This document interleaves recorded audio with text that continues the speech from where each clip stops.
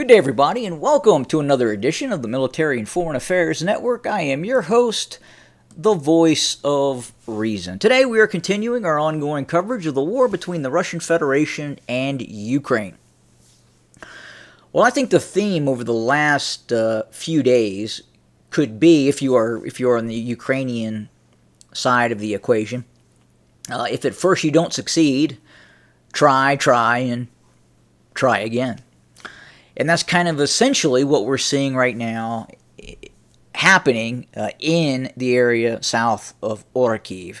Obviously, over the last month, we have seen Ukrainian forces, namely these brigades, elements of the 47th Mechanized Brigade, 33rd Mechanized Brigade, 118th Mechanized Brigade, part of the 3rd Operational Brigade, Spartan National Guard, 110th Defense Brigade, 73rd Naval Center for Special Operations, reserve elements, 116th Mechanized Brigade, continue to try and make headway within the vicinity of Robotina in this area here. And let's go back over to our deep state map and get a little bit better of a view. And again, I'm not sure if we're pronouncing that right, Robotina. I've heard it pronounced different ways. I'm sure a listener will be able to provide insight into the town, into the city, what it means, and I actually look forward to that. It's good insight to hear this sort of information. But again, the Ukrainians have essentially reverted back to larger mechanized attacks against Russian forces. Now, we saw early in the offensive about a month ago the use of larger maneuver groups. That did not work well. The Ukrainians took quite a few casualties. We saw a number of Leopard 2 main battle tanks. We saw a number of Bradley fighting vehicles destroyed in this offensive south of Zaporizhia, between Zaporizhia, Orkiv, and towards Volhodar in this area, the southern sector, the Zaporizhia front.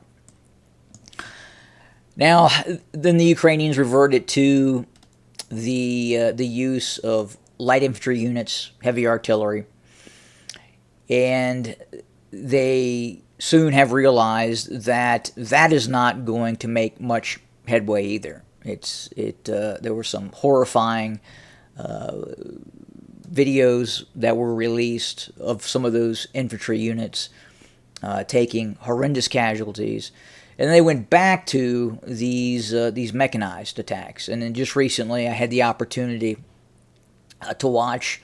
I would say it's a company-sized element. I don't think we were seeing all the vehicles involved in the Ukrainian attack.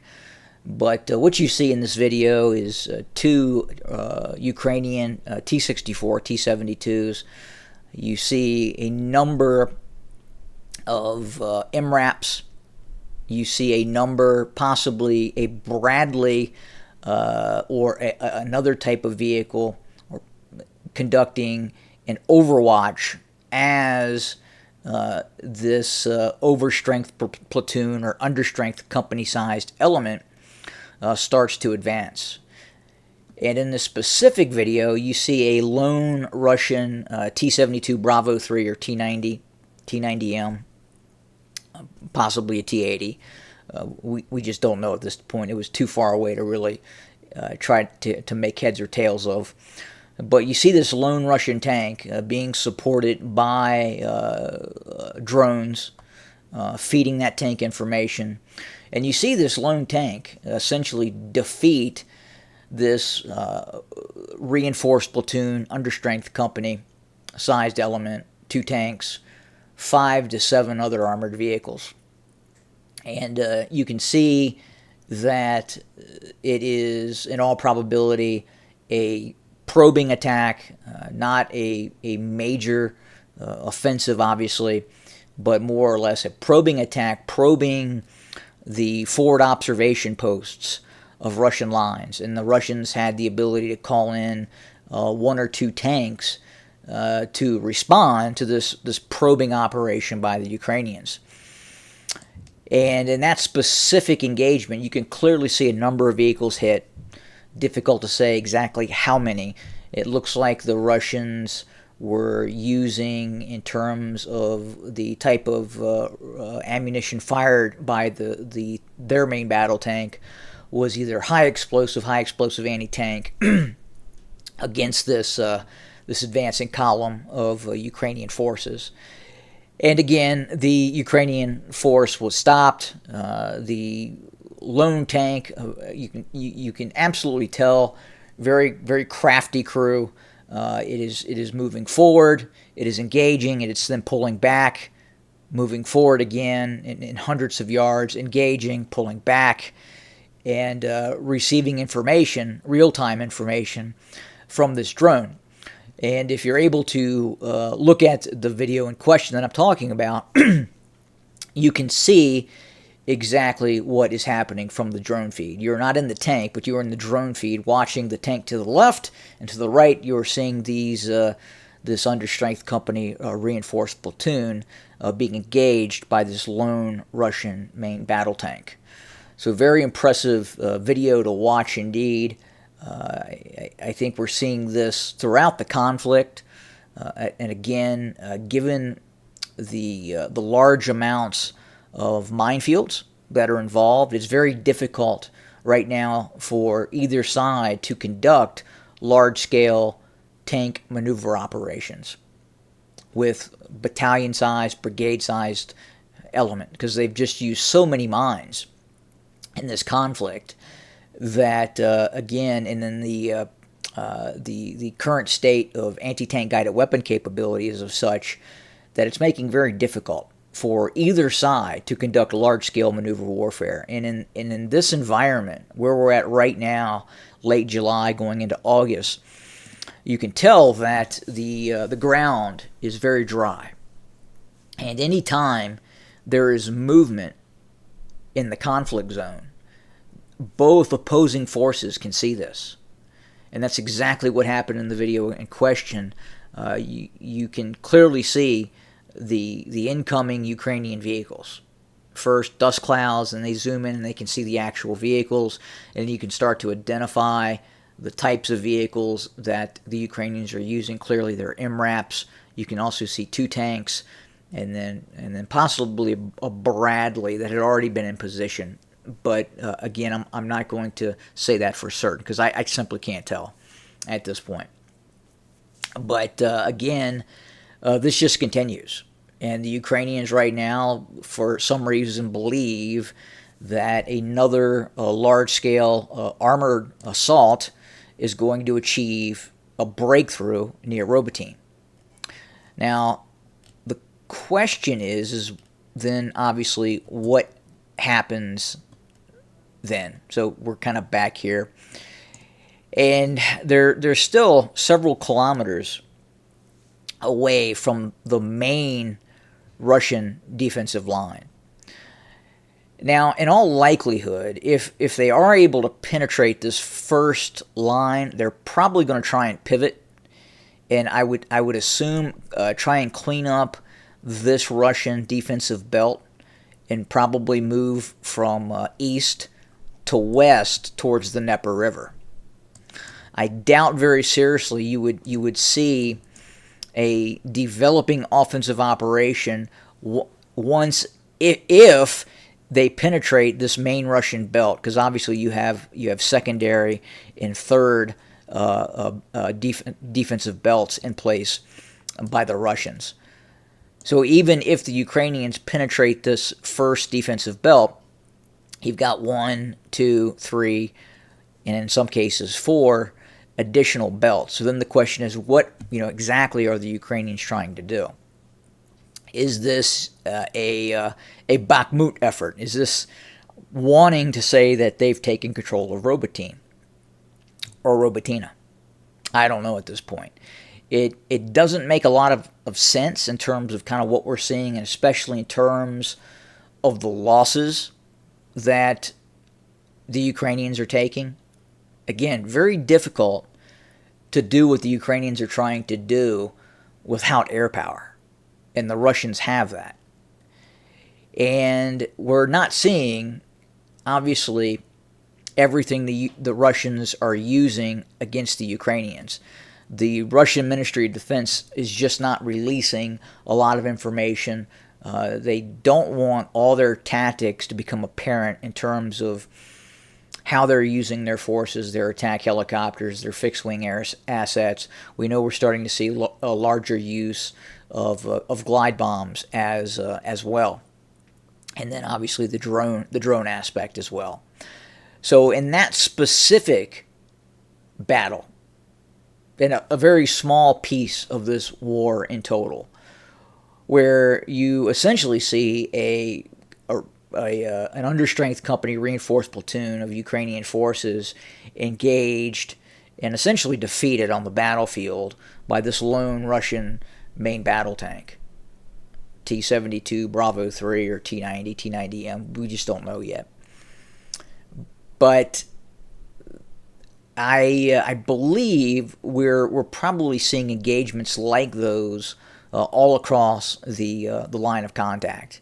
And it probably goes back and forth. If you go up to the northeastern sector, where we know the Russians are on the attack towards Borova and south of Kupiansk, probably same scenarios, probably same issues where you see Russian battalion tactical groups, company tactical groups, platoon tactical groups trying to make headway and in being engaged by, in some cases, obviously the Ukrainian anti-tank guided weapons teams and what have you. So probably a very similar situation in this sector that we saw in the southern sector against Russian forces.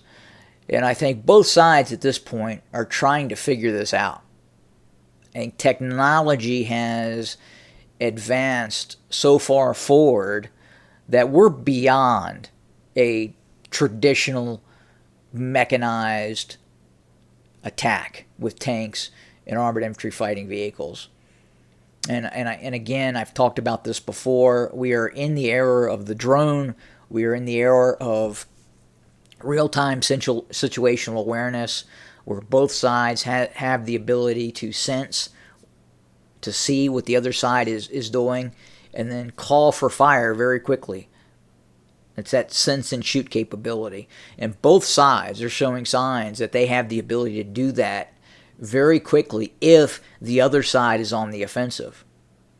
And it's becoming glaringly apparent the side that is on the defensive, the side that is not attacking within the scope of this conflict, outside the use of aircraft, fixed-wing aircraft, and attack helicopters, that side is going to have the advantage. The side that is on that has prepared defenses, that is actively using drones, is actively using kamikaze drones, long-range anti-tank guided weapon systems. Very, very difficult scenario to break through, given the advances of modern war. The tank is simply, and guys, again, back in the 90s, that's what I did. And would I want to be in a tank now, presently? No, not under these conditions. I at this point, if you're going to use tank warfare, mechanized warfare, it has to be a component of the complete multi-domain package. You have to have the ability to suppress anti-tank guided weapon systems. You have to have active air support. You have to have active drone support, and all that working in conjunction. Yes, you could have armored warfare. But what the Ukrainians are doing right now in terms of charging these Russian lines without an air force, with somewhat real-time intel coming from the United States and the North Atlantic Treaty Organization, still not going to cut it. Still not going to give the Ukrainians probably what they're looking for. Again, this is a very tough nut to crack, And based on what I'm seeing in terms of how the Ukrainians are performing, yeah, they did send the Ukrainians for 5 to 6 weeks to Grafenwehr. They were, quote-unquote, NATO trained to, quote-unquote, NATO standard. But that takes a long time. And you're just not going to get there, especially with the conscripted force, in 5 to 6 weeks. Very, very difficult to do. And same with the Russians, too. Very, very difficult for the Russians even to go on the offensive with the types of anti-tank guided weapon systems that we're seeing deployed by the Ukrainians. Now, what the Russians have going for them is a lot of artillery. They're able to slowly move forward and just bombard the living hell out of the Ukrainians with its artillery assets. And the Ukrainians have a similar capability, but just not as massive. Yes, they do have HIMARS. They are using those HIMARS. They are hitting Russian targets with HIMARS. But at the same time, the Russians are probably firing 5 to 10 shells for every one Ukrainian shell that's sent downrange. So that's where we're at for today. Again, it's that theme for the Ukrainians. They're continuing to kind of bang their heads against this wall, with the belief that they're going to possibly break this Russian line. But again, if they break that first Russian line, then what? What's next? I mean, maybe they'll try to roll up from east to west towards the Dnieper and take a chunk of this area here. But it's going to be a tough slog, and it's going to cause the Ukrainians massive amounts of casualties. And at a certain point, the Ukrainians, the individual soldiers on these suicide runs, which they're essentially becoming, are not going to do it anymore. They're just going to say we're not going to do it, and we're starting to see signs of that, where some Ukrainian units are refusing to move forward. So we'll have more to come. Thank you for joining us today. As always, have a good day.